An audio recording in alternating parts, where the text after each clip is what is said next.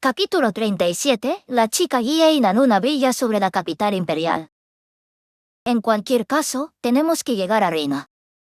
Tengo que asegurarme de tener cuidado y no pisar ninguna trampa.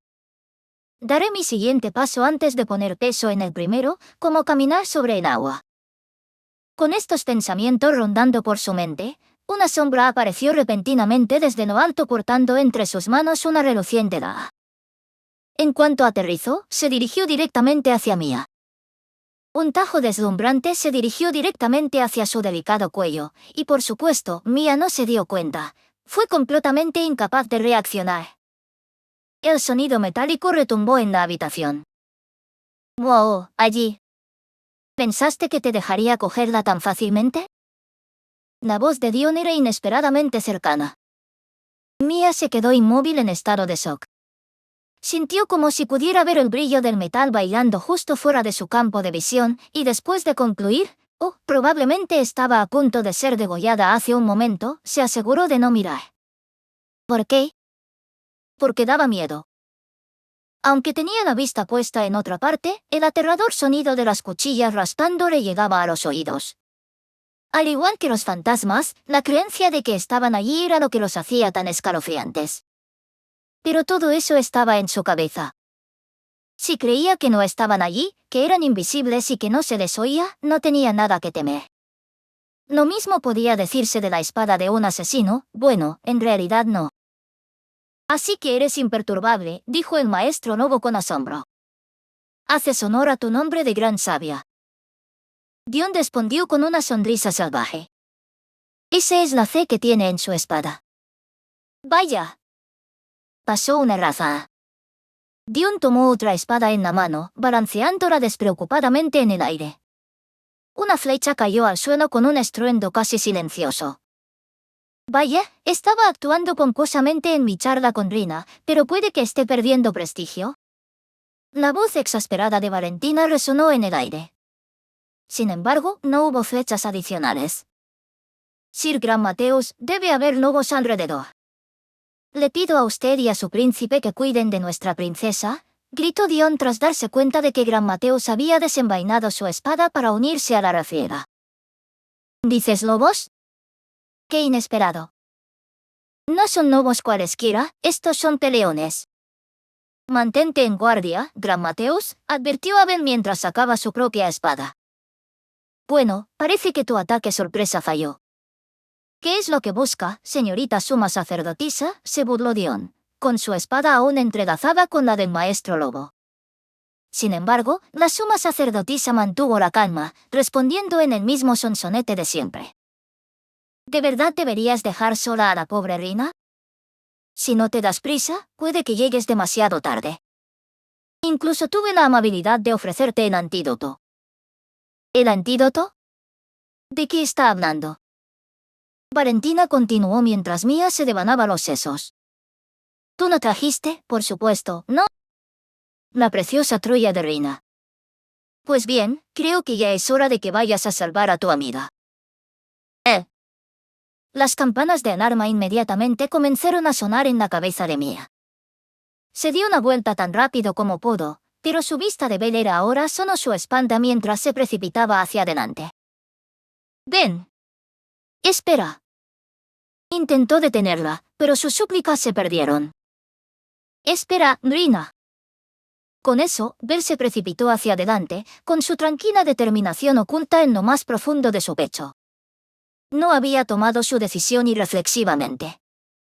De hecho, Belle comprendía milagrosamente su situación mejor que nadie. La frase de su enemigo la atajó. ¿Por qué Citrina seguía atada? ¿Había sido envenenada? ¿Qué utilidad podía tener? En presencia de Dion Anaya, ¿de qué servían las flechas? La respuesta a todas esas preguntas era una sola: se trataba de una trampa, una estratagema de la serpiente extremadamente despiadada. Si nadie iba a salvar a Citrina, el veneno la mataría. Y sin embargo, ir a salvarla significaría la muerte para su salvador. Pero al mismo tiempo, esa persona tenía que ser la que su enemigo pretendía, si no, sería Citrina la que moriría, atravesada por una flecha. Esa era la trampa, una prueba para ver quién ofrecería su vida por la de Citrina. Por supuesto, el objetivo número 1 de la serpiente era claramente mía. Por lo tanto, que fuera ella quien la salvara sería lo mejor para sus enemigos. Pero Ben también sabía que la suma sacerdotisa podía hacer concesiones. Su asignación preventiva de guardias era prueba de ello. Y de hecho, sus enemigos hacían sus concesiones sin miramientos. La vida de Citrina no valía la de Mía. Por lo tanto, hicieron una concesión. Pero eso dejaba la pregunta de quién valía la vida de Citrina, una pregunta que las serpientes se habían dignado a responder la poseedora de la Troya, la amiga de Citrina. La suma sacerdotisa había dejado clara su llamada. Pues bien, creo que ya es hora de que vayas a salvar a tu amiga. Con eso, Ben se enfrentó a una cruel decisión: ¿salvaría su propia vida o salvaría la de su amiga? Ben ya no se conformaba con morir siempre. Ya no se rendiría tan fácilmente. De hecho, no se rendiría en absoluto. Quería aferrarse a este mundo con todo lo que tenía, porque amaba este mundo tanto como todo lo demás. Pero aún así, tomó su decisión. Salvaría a Citrina. En su pequeño pecho había un pensamiento imborrable. Ese mundo lejano, el mundo del que ella había venido, seguramente ya no existía. Los incansables esfuerzos de Mía por evitar semejante tragedia sin duda habían cambiado el futuro. Lo sintió vagamente desde lo más profundo de su ser. Pero aún así, las palabras que había compartido en aquel mundo eran igualmente imborrables, el fuego de sus recuerdos siempre ardiendo. Como última descendiente de la gran sabia del imperio, su orgullo sería eterno, así como su determinación de vivir una vida merecedora de ese nombre. Y elegí su vida por encima de la de un amigo sumido en el sufrimiento y a punto de fallecer. No era eso. Te salvaré, Lina. No estaba trivializando su propia vida, simplemente sentía que quería proteger a Rina aunque ese fuera el coste. Por lo tanto, Ben se precipitó hacia adelante sin dudas ni vacilaciones. Al llegar a donde yacía Citrina, Ben gritó: ¡Rina! Sus mejillas estaban pálidas. Parecía estar sufriendo. Forzó aquellos labios pálidos para abrirlos, desgarrando el estómago de la Troya. Había estado extrañamente firme, y dentro había una pequeña botella. Sacó el contenido y se lo hizo tragar a Citrina. NFH. Inmediatamente arrugó la frente, contorsionando la cara en señal de dolor. Luego, tosió antes de abrir ligeramente los ojos llenos de lágrimas. Bel balbuceó. Rina. Menos mal, suspiró. Pero entonces llegó el agudo sonido del viento. Aquel sonido estridente no falló su objetivo, aterrizó justo en la garganta de Bel. ¡Ay! Ben perdió en equilibrio. Se tambaleó, cayendo justo al lado de donde yacía Citrina. Entonces llegó el sonido de una segunda flecha, destinada a ser el golpe final. Sin embargo, esta nunca llegó a Bel. En su lugar, sobresalió del brazo de Abel, que había saltado para bloquear la trayectoria de la flecha. ¡Ike! Había perdido el equilibrio, pero se mantuvo firme. Miró a su hermana. Valentina, ¿cómo? ¿Cómo has podido hacer esto?, gritó como si escupiera sangre. Ante su mirada estaba. Bueno, ha fallado. Que así sea. Aún así, al final triunfamos. Valentina, con un arco en la mano. Fue entonces cuando Brahmaetos interrumpió con un golpe de su propia espada. Vaya, ¿cuánto tiempo, maestro? Veo que tu habilidad con la espada es tan refinada como siempre. Valentina tiró su arco a un lado y desenvainó su espada.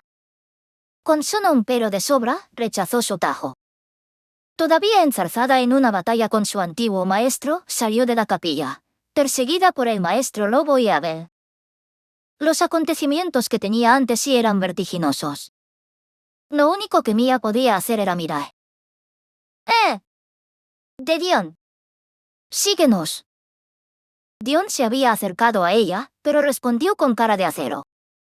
No me importa, pero ¿quieres que proteja a su Alteza el Príncipe Abel? ¿O quieres que colabore con Sir Gran Mateus para acabar con la suma sacerdotisa? El maestro Lobo tiene un buen brazo, así que podría causarle problemas al viejo. Asegúrate de que todos vivan. Princesa, ¿sabes? ¿Te refieres solo a Abel y Sir Grammateus? Podrías estar incluyendo al maestro Logo en eso, pero no hay manera de que te refieras a esa bruja también, ¿verdad? Preguntó, su rostro en un ceño desagradable. No estás siendo demasiado amable para tu propio. Por favor, Dion. Le tembló la voz. Echando un vistazo a su cara, suspiró. Maldita sea, no puedo decir que sea un fan de esto, pero, bueno, supongo que no hay demasiadas oportunidades de cruzar los brazos con el santo de la espada. Encogiéndose de hombros, Dion salió de la capilla. A decir verdad, no había grandes o profundos pensamientos detrás de sus palabras. Simplemente quería tiempo. Necesitaba ordenar sus pensamientos, y ahora mismo, sabía que pensar estaba más allá de ella. Ten. Se acercó tambaleándose a su nieta Miabel, que yacía desplomada con una flecha clavada en la garganta. La segunda flecha había fallado. Sin embargo, una simple mirada podría decirle a cualquiera que se trataba de una herida que resultaría fatal. Beben. No. No. No quiero esto. Ludwig había liberado a Citrina de sus grilletes, y ella se arrastró frenéticamente por el suelo hasta su amiga. Se aferró a su cuerpo inerte mientras teñía sus manos de rojo. De hecho, el mundo entero se tiñó de rojo, transportando a Mia a una escena familiar de un tiempo aún desconocido. El rojo de una llama ardiente llenó su visión. En la capilla maldita había un altar de sacrificios, teñido de rojo por la sangre fresca de una joven. Derrumbada en el suelo ruinoso estaba la última princesa del imperio Tearmón, Miabel Luna Tearmón. Y sin embargo, llevaba una sonrisa tranquila. La felicidad llenaba su corazón. A su alrededor estaban las voces de aquellos que le habían mostrado afecto y amabilidad. Allí estaban el señor Ludwig, la madre Anne, su querida amiga Rina y la abuela Mia, a quien respetaba por encima de todo. Quería estar siempre con ellos, escuchar para siempre las cálidas voces que la rodeaban. La última escena que conoció fue la de un sueño, y así no hubo más dolor. Ya no había miedo. De repente, ya no dolía respirar. El mundo se teñía ahora de oro. Belle, susurró Citrina, aún aturdida. Su mano estaba pegajosa de sangre, pero de repente, brillaba en oro. Esa luz pasó de la sangre al cuerpo de Belle, envolviéndola en una luz deslumbrante que a Mia le resultó familiar. ¿No es eso lo que vi cuando Ben apareció aquí por primera vez? En silencio, Mia observó la escena que se desarrollaba ante ella. Lo siento, Rina. Parece que ahora tenemos que separarnos, llegó la voz de Belle. Un momento antes, había sido incapaz de hablar. Pero ahora, esas palabras resonaban con claridad. Solo hizo más palpable que el momento de Belle había llegado realmente. Belle, no. No quiero esto. No. Con las palabras confundidas por las lágrimas, Citrina se aferró a Belle. Las gotas eran incesantes, desbordantes. Belle esbozó una sonrisa torpe y secó las comisuras de los ojos de Citrina con los dedos. Lo siento, Rina. No pude cumplir muchas de nuestras promesas. Uemi. En cuanto a mi secreto, puedes preguntarle a la señorita Mia. Seguro que ella te lo dirá. No pasa nada. Sé que volveremos a vernos algún día, así que de verdad, está bien. Después de ofrecer esas reconfortantes palabras, se volvió hacia Mia. Dale las gracias a Linsa de mi parte. Y lo mismo a mamá Elise. Y a su padre, señorita Mia, y al príncipe Sion, y a Cakewalk. Ten. La luz se hizo más fuerte. Las extremidades del cuerpo de Belle se habían convertido en partículas de luz, y la inflación seguía extendiéndose. Por alguna razón, a Mia le pareció que Belle se estaba manchando. Ben le dedicó a Mia una sonrisa maliciosa. Abuela mía, no seas tan perezosa. Asegúrate de dar a luz a mi madre. Y tienes que llevarte bien con el abuelo Abel, ¿de acuerdo? De sus 8 hijos, mi madre era la. Hubo un destello repentino, y luego.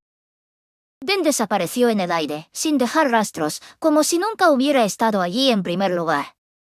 Fue como el final de un sueño, el más feliz de los sueños. Y todo lo que quedaba era una sola Troya. En lo más profundo de su sueño, Belle tuvo una visión. Un destello de luz. Lo que apareció ante ella fueron las ruinas sepultadas por los escombros de la destruida capital de Tearmon. Oscuras nubes de ánimos cubrían el cielo, el torbellino de una cadena de venganzas teñía el cielo de negro.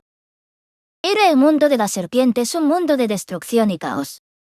La vista dejó a Belle con un único pensamiento. Así que aquel mundo era realmente un sueño. Era imposible que existiera un mundo tan amable. Fue un sueño que la santa deidad me mostró como recompensa por no olvidar nunca mi orgullo. Llena de resignación y desesperación, Belle cerró los ojos. Pero entonces llegó la llamada de una voz nostálgica. No dejaré que tu sueño termine. Era la fuente del orgullo íntimamente guardado de Belle. La voz de su amada abuela mía, la gran sabia del Imperio Tearmon. La luz volvió a brillar. Ahora, Belle se enfrentaba a un mundo nuevo. Los impactos se extendieron como ondas en el cielo, y las zonas que formaron arrastraron las negras nubes de odio. Libre ya de su manto de animadversión, la luna quedó deslumbrante en el cielo. Atravesó la oscuridad de la noche, anunciando su presencia con un resplandor envolvente que tiñó el mundo de oro. El resplandor quemó las ruinas de la capital, convirtiéndose en una luz aureolada que cambió la forma del mundo. Esto también era como un sueño, como si este mundo cruel no fuera más que una fantasía. La luz volvió a brillar. Una nueva visión se reveló a Belle.